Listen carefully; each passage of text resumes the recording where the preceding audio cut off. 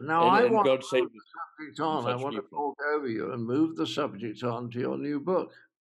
Because I was looking last night at The Master and His Emissary, and I noticed it's a mere 598 pages.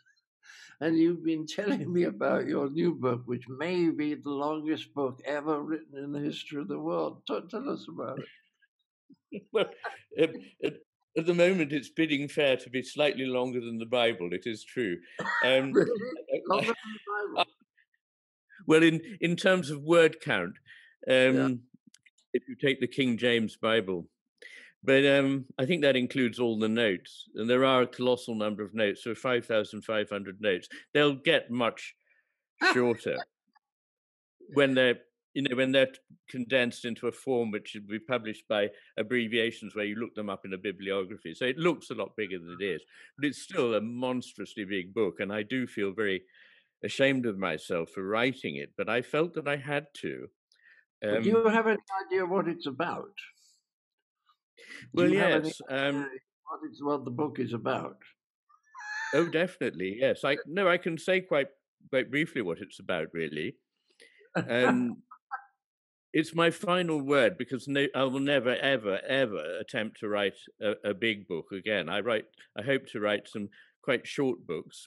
People will be relieved to hear. But I wanted to write a book that engaged, to the best of my ability, with the current prevailing world picture, which is one of reductive materialism.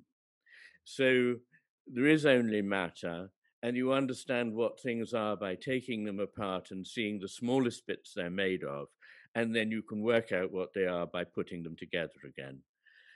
I think this is not only very naive intellectually, very impoverished intellectually and imaginatively, but also immoral, not just amoral, and leads to despair in humans and destruction of the natural world. I think it's the cause of virtually all the great scourges of our age. And this way of thinking of us as machines, of the world as a machine, and as a lump of stuff that is put there for us to exploit in any way that we wish. So that's really, if you like, the elevator pitch. We went up 100 floors while I did that. I haven't done the one for just, the next floor up, but Yeah. that's it in a nutshell. And the reason it's so long is that I think that I've got something to add to what people have said about this in the past, which comes from the hemisphere hypothesis. I think this has light to cast on old questions in philosophy. I don't say it solves any of them, but I do think it produces something that can give us a new perspective on them and might even cast some helpful light on these problems. And so you asked me to say, so I will say, the first part of the book is looking at how is it we get to know anything about the world. We have various faculties, if you like, that enable us to get a handle on the world. And they start from paying attention, moving on to things like what we perceive, the judgments we make about our perceptions, what we can get hold of in language, our emotional and social understanding of things, and an intelligence on that level, our cognitive intelligence, and our creativity. I think that's an important element in how we understand the world, is actually we need to think creatively to understand it. So I would say that there are these elements, and I take them one at a time, and I review as best I can all that we know about them from a hemisphere point of view. And what I can show is that all of these, apart from the ability to grasp things in order to use them, either by putting them into clear literal words or by grabbing them in some instrumental way, all but that is better done by the right hemisphere. So what the right hemisphere is seeing is, in that sense, more complete. Nothing is complete, but it is more so, and it is more intelligent. Now, people might say, surely it isn't more intelligent in the sense that I mean, like IQ. No, the evidence is very much that IQ depends far more on the right hemisphere than the left. That may surprise quite a lot of people. Really? Of That's course, quite strange. Yeah. emotional and social intelligence depend on the right hemisphere, understanding the meaning of things, but actually IQ as well. And creativity is more dependent on it. That's a battle I have to fight, because there are one or two people in the area there's a lot of people who fancy themselves as debunkers. Uh, and I like to indulge in a little debunking of the debunkers. And that involves some hard work. It means getting hold of what these debunkers said and having a bloody good look at it and showing why, no, it doesn't stand up, mate. So that's the first part of the book. Um, I'm sorry this is a bit long-winded, but there you go. The second part of the book is to say, so Iain, it's quite an important subject, and I think it's exactly why people might be watching this particular. okay. So I don't think you The need se- to apologize for it. But go on. So that's the first bit. well, the reason I think that is useful. Why is that useful? People might say. So quite a lot, because I give a picture of what the world looks like to the left hemisphere, and what the world looks like to the right hemisphere. In as much as if you damage one or suppress one temporarily, which you can do experimentally, the world changes. Yeah. And it changes because a different set of faculties is now beginning in attention, but going on from there, a different kind of brain is really operating. And you can see the hallmark of the left hemisphere in action. It sees things as fixed, as material, as isolated and distinct, as pointless and purposeless, as in themselves meaningless, and as unchanging unless we come along and give things a push. Whereas in the right hemisphere, it sees that everything is connected, is changing. It depends very much on context, not just on the abstraction the left hemisphere gets hold of, and so on and so forth. So that when you find, and in the rest of the book, I look at quite a lot of philosophical positions that have been taken historically about what a human being is like, what the world is like, what time and space and so on are like. You can see how the left hemisphere would think of this, and you can see how the right hemisphere would think of it. Yeah. And the payoff of the first part of the book is that if you've already got an idea, you can say, well, I can see that argument is based on what the left hemisphere sees. And that one incorporates what the right hemisphere sees. Yeah. Now, I'm not saying that necessarily you can dismiss the left hemisphere's contribution, but it at least gives you some sort of compass. It gives you a pointer. This is going to be possibly more fruitful. And then in the second part of the book, I can say this very quickly, I take the four main paths that we approach the world with, not just the faculties, but the paths. And I take those to be science, reason, intuition, and imagination. And again, I look at what these mean, what the right and left hemisphere offers to each, and what the claims on truth are of science, of reason, of imagination, of intuition. How reliable are they? And each of them is reliable in its own way. What are the limits? And each of them has limits. And what does the right hemisphere contribute, and what does the left hemisphere contribute? And then the third part of the book is where we look at the building blocks of the universe, i.e., the structure of it, in which opposites are not always as far removed as we might think, but actually often coincide. The business of unity and multiplicity, and then the building blocks like space, time, motion, consciousness, matter, value, purpose, the sense of the sacred. So I look at all those using what we've learned about the hemispheres and about the philosophical arguments. So in a way, it's a seamless argument, which is why it has to be so long. And I'm worried at the moment because all of you who are watching, if anybody is watching, please think of me, because I gave this outrageously large manuscript to my publisher about 4 months ago.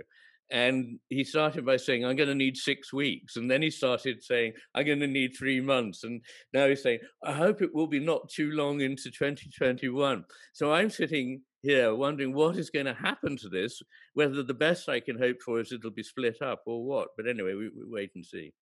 I love the imbalance between us that you have written this gargantuan tome, 1,500 pages, and I've written a book on creativity, which I am reliably informed can be read in an hour. Well, you've done humanity a great service, and it also shows what a kind and modest man you are. And I think this is a work of egotism to write such a huge long book and expect that anybody's got the time to read it. I always say about the Master and his Emissary that if I hadn't actually written the wretched book, I'd never have had time to read it. Sorry? Know it all. What you don't understand is the extraordinary affection that you create in people towards yourself, because you are saying things so deeply important. This is so much not just an intellectual thing. That what you say is hugely meaningful to people, and that is why they love it and will probably slog through 1,500 pages, provided they don't die first. Yes, no, quite. But let me ask you. It seems to me that science, in quotes, suffers from a strange kind of split attitude, which is that we all understood Newtonian physics, which was very much, I don't know how to describe it, very much mechanistic and deterministic. Then along comes Einstein in 1905, and then we have Max Planck, and then Niels Bohr and Werner Heisenberg, and all of a sudden we have quantum physics, which is saying the opposite. It's saying we cannot predict which slit the whatever it is goes through, the two-slit experiment. And it looks to me as though people like psychologists and biologists have still got physics envy, but it's envy of Newtonian physics, and they haven't really noticed what's been happening in the last 115 years. Now, can you comment on that? Well, as always, John, you've put your finger right on it. We now live in the paradoxical situation that the physicists who are supposed to deal with matter describe an animate universe which is inseparable from consciousness. And the life scientists who are supposed to be dealing with a living world see only a machine. And it is fascinating. I mean, a number of philosophers have commented on, what is wrong with biology, that it's still 100 years behind physics, which long ago gave up on a mechanistic universe. And it's still thinking that it's got, that's what it's dealing with. But you know what? In the writing of the book, I thought I really must come to grips with some of the modern philosophers of biology. And I discovered there is a marvelous movement afoot in what's called process biology, in which people don't see any more than physicists see things out there that need to be connected, but they see processes that are more like fields than like particles.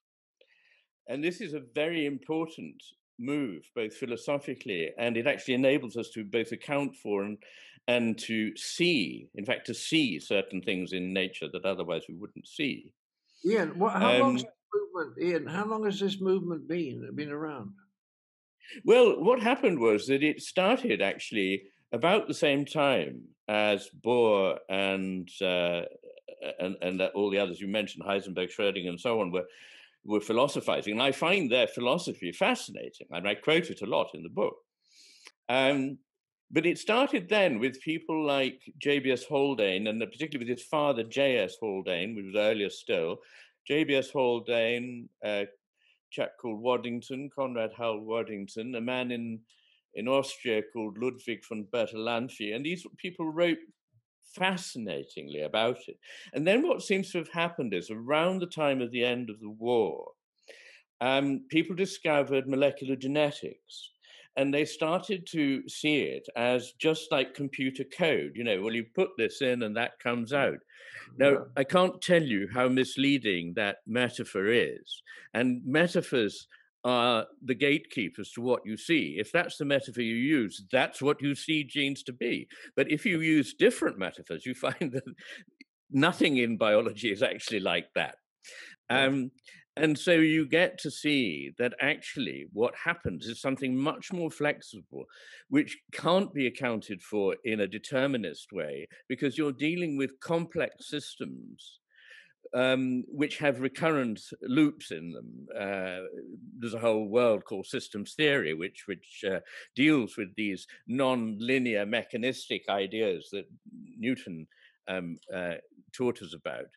And so things have changed. I'm glad to say, but I want to say one thing, which helps to, I hope, affect some sort of rapprochement with people who are bristling about how great Newton was.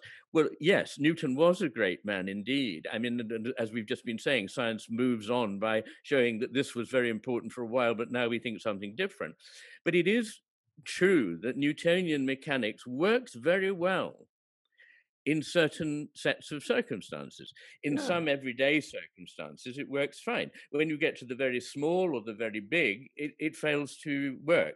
And the same thing's true about those sort of linear chains of causation in biology. That if you take a massively complex map with loops going all over the place and focus in on just one tiny bit, you see three arrows. In fact, they're part of huge loops that go places you can't possibly predict.